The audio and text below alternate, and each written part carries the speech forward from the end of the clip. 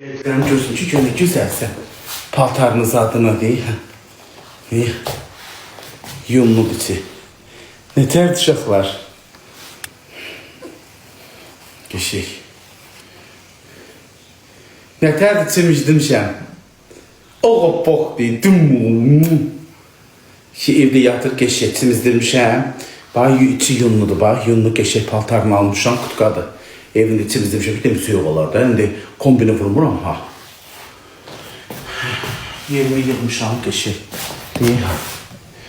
Prosta ölgeçmir paltara. Baba paltardan narahat hissedilir özünü. Ama soyuq olar. Paltarı geçikdi. Lili. Hə, yiyik çıx. Hər şeyi yığışdırmışam, silmişəm, süpürmüşəm, ev tərtəmizdir. İndi gedək paltarda sərək. Özün kimi o da geçəkdir. Deyirəm sağ oxşur. Sizə cavab verməyəcəm. Saçım da çox uzanıbdır. Gedim saçımda yatağı otağımda, yatağı otağımda da düzəldərəm saçımı. Gedim kupa paltarları silin, gətirim.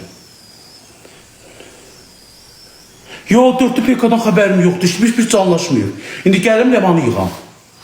Təzə evi göstər. Təzə ev nə var ki, hələ təzə ev otağı şey eləyəcək. Təzə evdə nə var ki?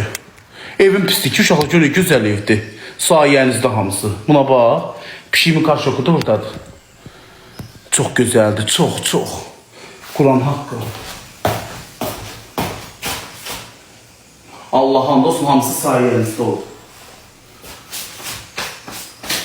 Saçını alayım.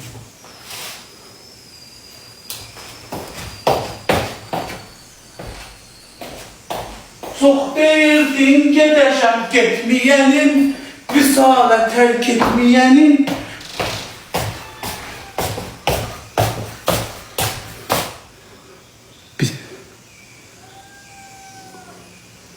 Bamba kombini. Yo, kombini koşmuram. Niye koşum ki kombini? Niye koşum ki? Soyuqdur ki, maruz deyil, qışma şey gəlmir. Balaca otaq nədir? Balaca otaq disk otaqdır. Uşağım olacaq. Burada ki şey ağapak kraskal atacağım restoran.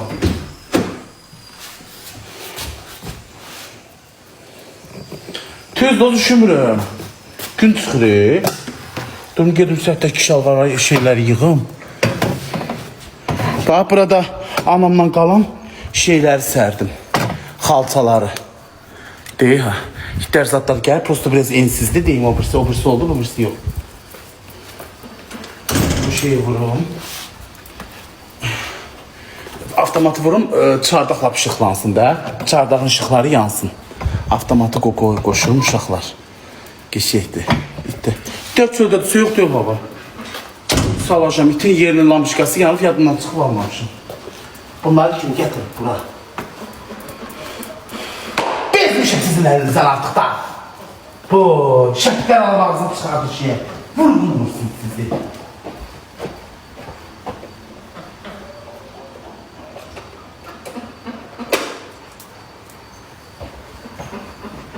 Boy. Nətərdir? Xalçaları bura sərdim də. Kafeliydi. Canlı donup donmuyub.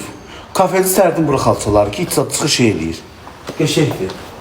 Buradan da şərt qayırdım. Şu uşaqlar paltarı sərim.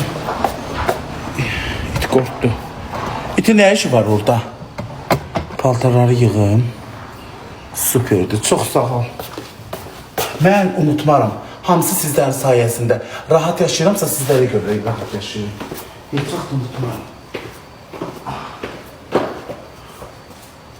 Gördüm.